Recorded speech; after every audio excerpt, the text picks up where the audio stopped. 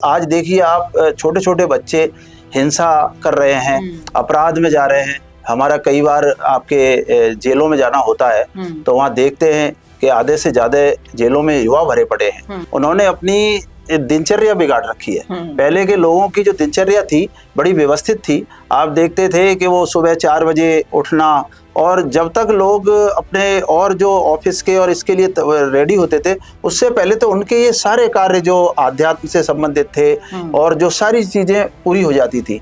एक परिवार होता था। आज भी कई परिवार ऐसे हैं जिनमें करीब 100 लोग, 60 लोग, 70 लोग एक साथ खाना भी खाते हैं, बनाते भी हैं। लेकिन आज की जो भौतिकवादी युग है इसमें लोगों को पैसे की आपाधापी में सब कुछ जो मानवीय मूल्य थे, संस्कार थे, वो सब भूल चुके हैं। शाम को हर घर में आरती होती थी।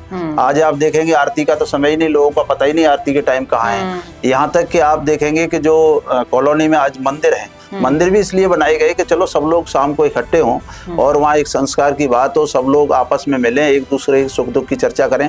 लेकिन वो भी केंद्र खत्म हो गए। वहाँ भी स्थिति ये है मंदिरों में, आपको बताऊं कि शाम को मंदिरों में घंटी बजाने वाले लोग नहीं मिल रहे। कि ये द्वापर, कलयुग, त्रेता ये हमने नहीं देखे होंगे, लेकिन हमने एक चीज जरूर देखी कि हवा वही है, सूरज वही है, चांद तारे वही हैं।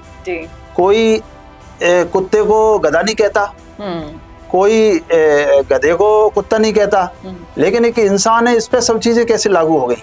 तो केवल बदला है आचरण की वजह से केवल इंसान बदला है। यदि आज भी उस वापस अपनी पुरानी सभ्यता, पुरानी संस्कृति और उसको अपना लेते हैं तो निश्चित रूप से अपन उस फिर वसुधैव कुटुंबकम की उस पे आ जाएंगे। हमारे भारतीय मूल्य, हमारी संस्कृति, हमारी धरोहर, हमारे संस्कार, ये सब कितने जरूरी हैं जानना आजकल की युवा पीढ़ी के लिए। आज इसी पर हम चर्चा करेंगे।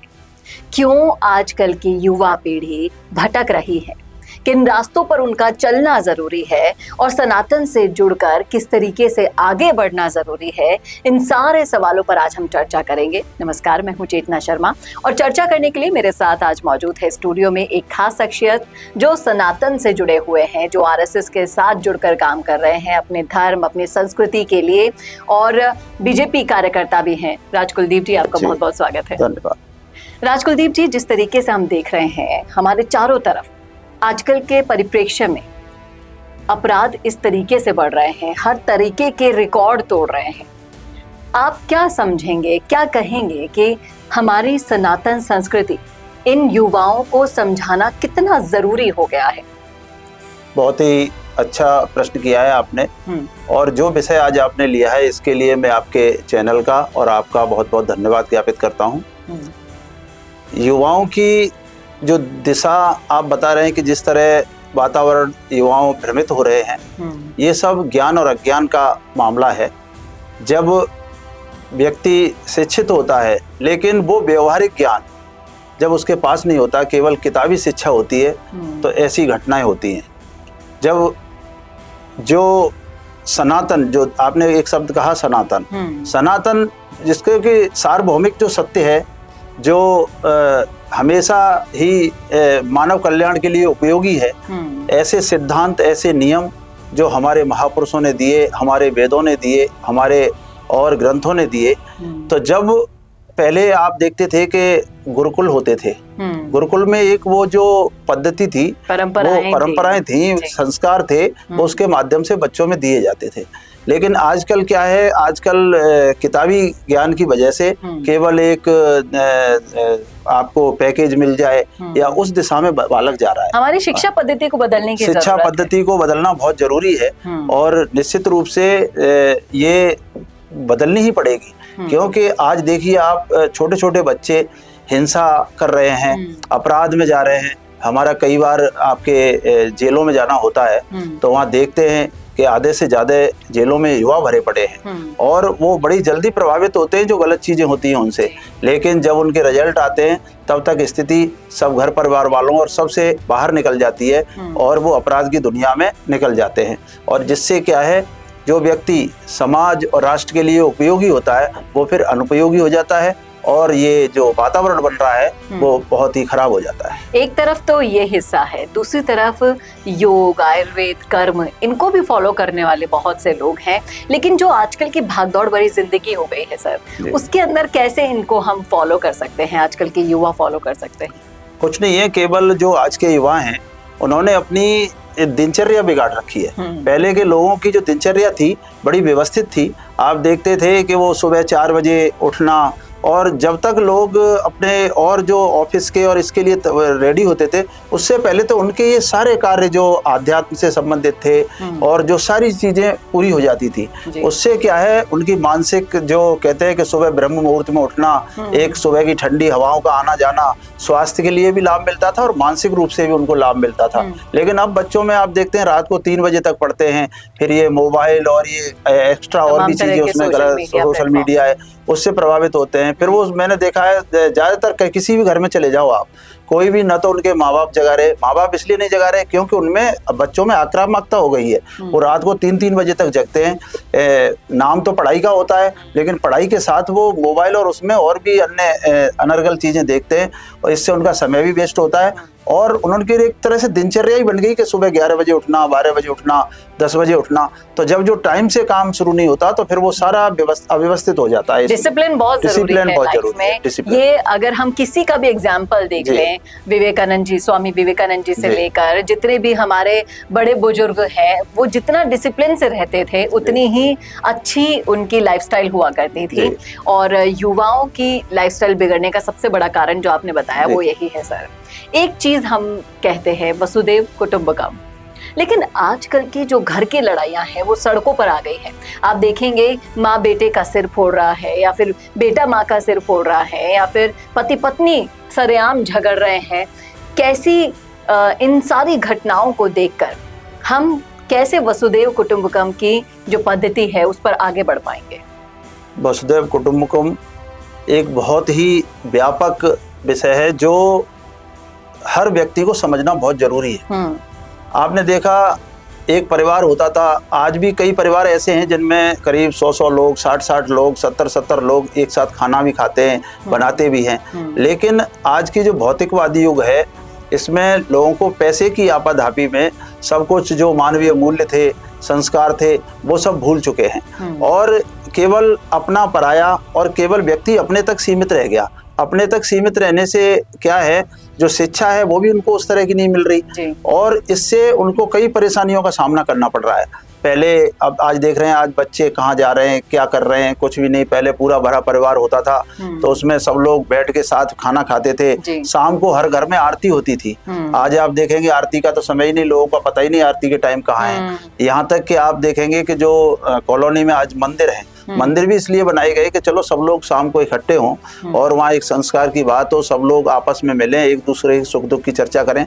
लेकिन वो भी केंद्र खत्म हो गए। वहाँ भी स्थिति ये है मंदिरों में, आपको बताऊं कि शाम को मंदिरों में घंटी बजाने वाले लोग नहीं मिल रहे। वहाँ पे जो इलेक्ट्रिक मशीनरी वाली मशीनें हैं ना, वो बजानी पड़ रही हैं। कई बार मैं देखता हूँ, मंदिर निकलता हूँ तो अकेले पंडित जी केवल पूजा करते हुए बहुत से मंदिरों में दिखते हैं। और उसके अलावा यदि मंदिर में जाते भी लोग हैं तो जो करीब 60 वर्ष से ऊपर हैं, वो लोग, वो ऐसे सोचते हैं युवा के जैसे मंदिर तो केवल उन्हीं के लिए है। और आजकल जाते भी हैं तो वहाँ कोई रील बनाने जाता है, कोई इस तरह के, उन्होंने एक तरह से उसका धर्म का जो आधुनिकीकरण कर दिया है, जो सोशल मीडिया के लिए लोग धर्म और इन मंदिरों का सहारा लेने लगे हैं, वो वाकई में गलत है। इन्हीं को देखते हुए कई जगह बैन कर दी गई है चीजें। और जो आपने वसुदेव कुटुंबकम की, निश्चित रूप से अगर जो आज भी कुछ नहीं बिगड़ा है, बाकी बहुत गलत दिशा में जा रहे हैं सब लोग। यदि आज भी उस वापस अपनी पुरानी सभ्यता, पुरानी संस्कृति और उसको अपना लेते हैं तो निश्चित रूप से अपन उस फिर वसुदेव कुटुंबकम की उस पे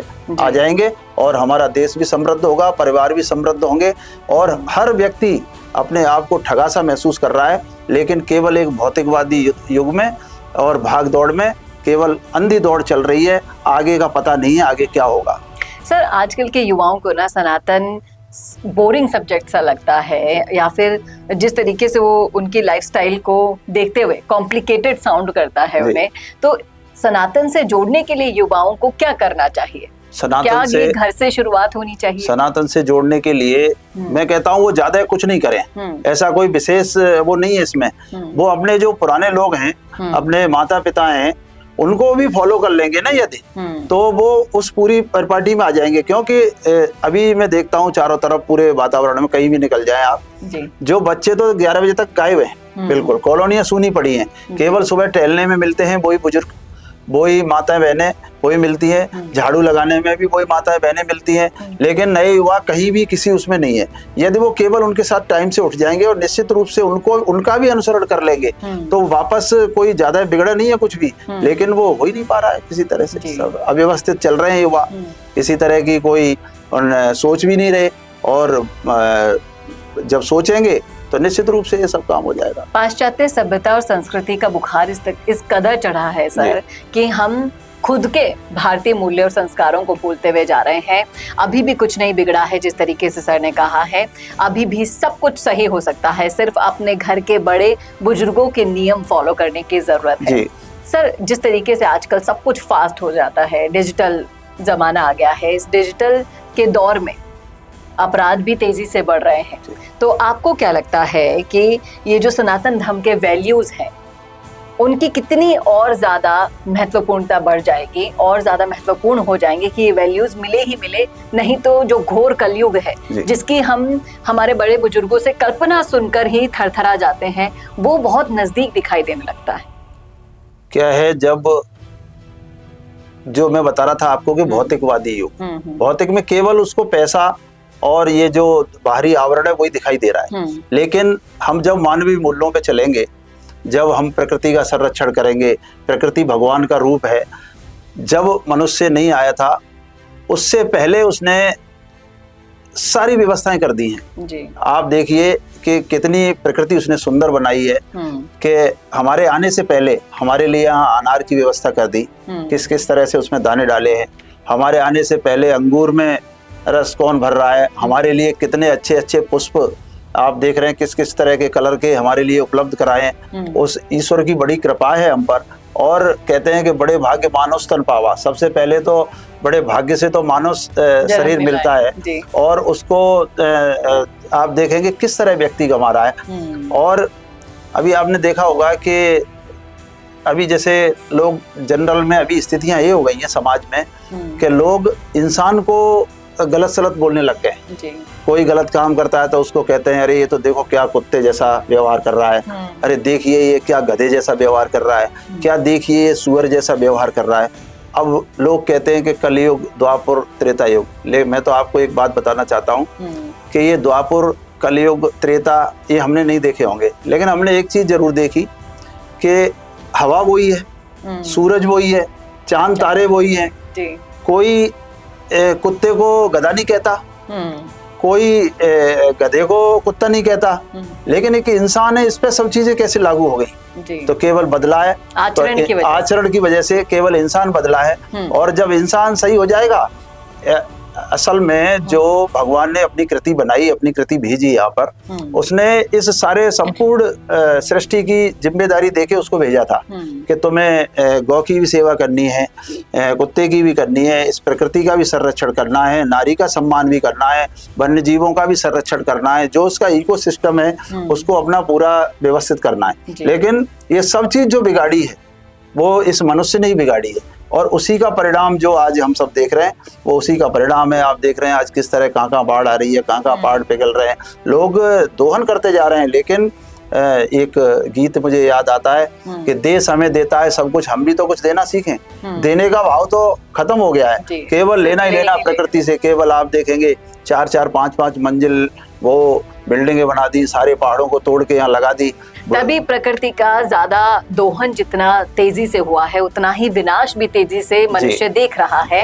और जिस तरीके से आपने समझाया सर, वो बिल्कुल सही है, और इन्हीं सनातन धर्म, मूल्य और संस्कृति को बिल्कुल करीब से लोगों तक पहुंचाने के लिए, और कहें कि आपने जिस तरीके से गुरुकुल की चर्चा की, गुरुकुल की परंपराएं और शिक्षा, हमारे वेदों का ज्ञान, ये सब आम जनों तक इजीली पहुंचाने के लिए सनातन भारत महासंघ एक प्लेटफॉर्म बनाया गया है, जिसके संस्थापक और संयोजक विनय खन्ना और अनूप सिंह शेखावत जी हैं, वो चाहते हैं कि आजकल के युवाओं को, बुजुर्गों को, सबको उससे जोड़े और इस प्लेटफॉर्म का पूरा फायदा वो बिल्कुल मुफ्त में उठा सके। मैं तो अनूप सिंह शेखावत जी को भी बहुत बहुत धन्यवाद देना चाहता हूँ कि कोई ना कोई, कहते हैं तदात्मानम सृजाम्यहम्, किसी न किसी आत्मा में वो सृजित होते हैं। तो ये अनूप शेखावत जी की आत्मा में सृजित हुए हैं परमात्मा, और उन्होंने सनातन धर्म की रक्षा के लिए और मानवीय मूल्यों की रक्षा के लिए जो अपना संघ बनाया है, मैं उनको बहुत बहुत साधुवाद करता हूँ।